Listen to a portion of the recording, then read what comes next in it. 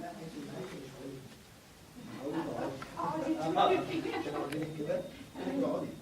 هينزلك 10 20 بالعكس لا وسريع يعني هو اكيد بس مش بحب اصلا انا المشكله مش بحب الكلام كتير ولا بحب ان انا اقعد اتحايل على حد فدي ما بعرفش انا اعمل الحاجات دي انا قلت له